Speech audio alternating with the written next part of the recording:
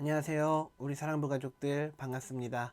오늘도 작은 큐티로 하루를 시작하도록 합시다. 전도사님과 여러분들이 함께 나눌 말씀은요. 잠언 11장 16절부터 31절까지 말씀이에요. 잘 듣고 깊이 묵상하시길 바랍니다. 후하게 베푸는 사람은 더 많이 얻지만 인색하게 구는 사람은 가난해질 뿐이다. 후한 사람은 잘 되고 남을 기분 좋게 하는 자는 자기의 기분도 좋아진다. 어려움이 있을 때 곡식을 혼자 차지하는 자는 사람들의 저주를 받지만 기꺼이 나누는 사람은 축복을 받는다.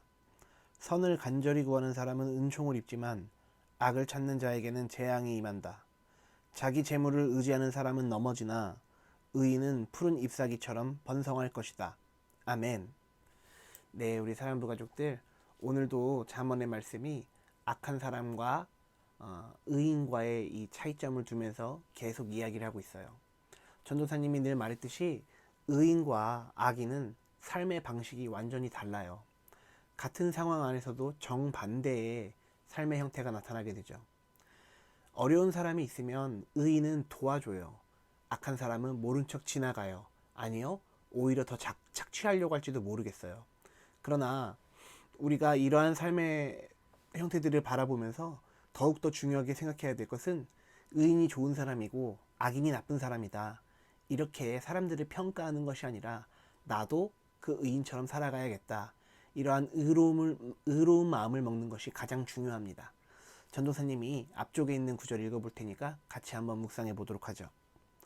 후하게 베푸는 사람은 더 많이 얻지만 인색하게 구는 사람은 가난해질 뿐이다. 후한 사람은 잘 되고 남을 기분 좋게 하는 자는 자기의 기분도 좋아진다. 아멘. 후하게 베푸는 사람, 쪼잔한 사람들 말고 후하게 베푸는 사람은 사람을 더 많이 얻을 수 있다라고 이야기를 해요. 왜요? 그 사람과 함께 있으면 풍요롭거든요. 왜요? 그 사람과 함께 있으면 부요함을 느끼기 때문에 그래요. 그러나 인색하게 구는 사람과 함께 있다면 저도 스스로 좀 답답해지더라고요. 너무 물론 우리가 이제 물질이나 재정의 사용에 있어서 어느 정도 규모 있는 관리를 하는 것은 중요합니다. 그러나 그 규모를 넘어서 너무 짠돌이처럼 굴면 갑갑하죠. 저는 평균으로 따져봤을 때 우리나라 뭐 GDP라던가 여러 가지 통계를 놓고 평균으로 따져봤을 때 전도사님은 가난한 축에 속해요. 왜냐하면 전도사들 월급이 다 뻔하기 때문에 그렇죠. 가난하지만 그래도 불행하지는 않거든요. 가난한 삶을 살고 있지만 이게 그렇게 창피한 일도 아니에요. 물론 자랑할 일도 아니지만.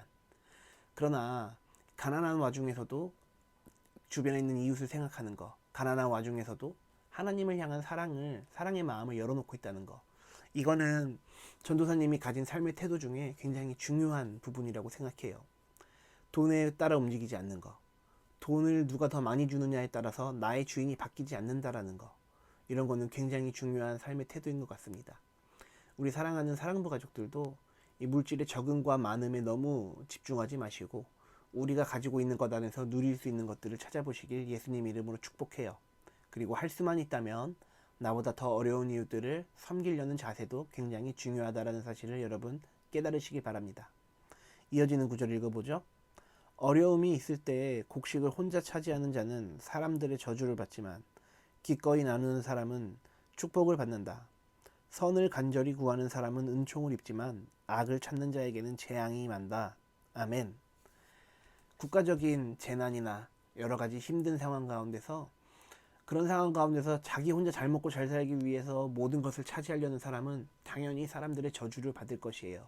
그러나 내가 가지고 있는 것이 그렇게 많지 않더라도 어려운 상황 가운데서 서로 나누는 사람은 하나님의 은총을 입게 될 것입니다. 왜냐하면 하나님께서는 그러한 의인들의 삶을 축복하시기 때문에 그래요. 선을 간절히 구하는 사람, 이렇게 나누려고 하는 사람, 섬기려고 하는 사람에게는 오늘 본문 말씀처럼 은총이 임합니다. 그러나 악을 찾는 자들, 남들이 어려우면 도와주기는커녕 모른 척하거나 그 사람을 착취하려고 하는 사람에게는 재앙이 닥칠 것입니다. 은총을 바라십시오. 재앙의 길로 걸어가지 마시길 예수님 이름으로 축복해요. 이어지는 것도 한번 읽어볼게요.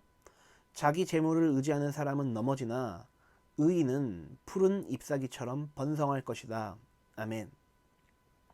자기의 재물을 의지하는 사람들이 굉장히 많죠. 아마 전 국민이 그럴 거예요. 나이를 먹게 되고 일하는 곳에서도 이제 더 이상 일할 수 없게 되어질 때 우리는 노후 준비라고 하죠. 노후 준비를 탄탄하게 해놔야 돼 하면서 미래에 있는 일들을 걱정하면서 악착같이 돈을 많이들 모아요. 나쁜 태도라고 볼 수는 없어요. 그 사람은 걱정이 되기 때문에 당연히 미래에 대해서 준비를 해야 되는 거는 어떤 의미에서는 자신의 삶을 규모 있게 살아가려고 노력하는 측면이 있거든요.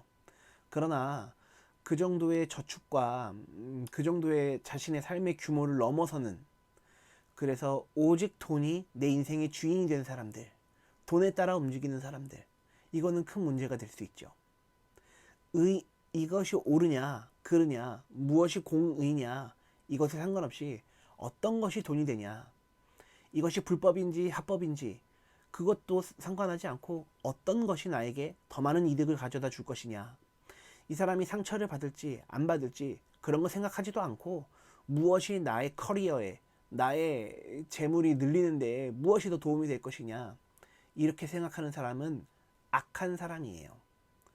우리가 자본주의 사회, 자유시장 경제 안에서 살아가고 있지만 우리는 하나님께서 주신 자유가 아니라 시장의 자유가 아니라 하나님께서 주신 자유를 누리는 사람들이에요. 그렇기 때문에 시장의 경제의 자유의 논리에 흔들리지 말고 언제나 하나님이 주시는 자유에 대한 축복과 감사를 누려야 돼요. 하나님께서 우리에게 자유하라고 명령하신 것은 우리가 하고 싶은 거 다 하고 먹고 싶은 거 다 먹으라고 자유하라고 하신 게 아니에요. 이 하나님께서 창조하신 창조 세계의 창조 질서 안에서 얼마나 사람들을 돕고 얼마나 이 생태계를 가꾸며 하나님의 창조 질서를 얼마나 보존하느냐, 이것이 문제가 되는 것이죠.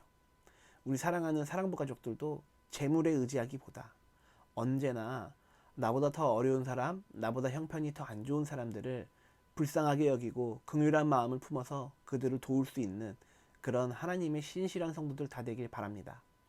우리 사랑부 가족들, 특히 주몽에 있는 친구들도 같은 방에 살고 있는 친구들을 너무 짜증내고 미워하고 싫어하지 마시고, 그 친구가 도움이 필요하다면 먼저 도움을 건네고, 우리 집에 있는 사랑부 가족들도 부모님들이나 형제 가족들이 어려운 일에 처해 있다면 함께 도우려고 노력도 하고, 작은 실천의 의미로 할 수만 있다면 간단한 청소나 설거지 같은 것도 도와드릴 수 있는 그런 섬기는 사람들이 다 될 수 있기를 예수님의 이름으로 축복해요. 그래서 언제 어디서나 존귀한 사람들로 그렇게 칭찬받고 하나님의 은총을 받을 수 있는 저와 모두가 되기를 예수님 이름으로 축복합니다. 전도사님이 기도할게요. 기도는 의인의 길을 걸어가면서 우리가 선한 사람들로 살아가면서 우리가 가지고 있는 것들을 주변의 이웃들과 나누고 함께 공유하며 그 사람들을 살려가는 그런 하나님의 신실한 종들 다 되게 하여 주시옵소서. 하나님께서 창조한 이 세계를 아름답게 가꾸고 우리가 청지기의 마음으로 하나님께서 주신 것들을 잘 누리며 이웃들을 돕는 그런 선한 사람들 다 되게 하여 주시옵소서. 감사와 찬양 주님께 올려드리며 예수님의 이름으로 축복하며 기도했습니다. 아멘. 네, 우리 사랑부 가족들, 잠언의 말씀이 전도사님이 날마다 너무 큰 은혜가 되는 것 같아요. 우리 사랑부 가족들도 같은 은혜를 누리셨으면 좋겠어요. 내일도 잠언으로 다시 만납시다.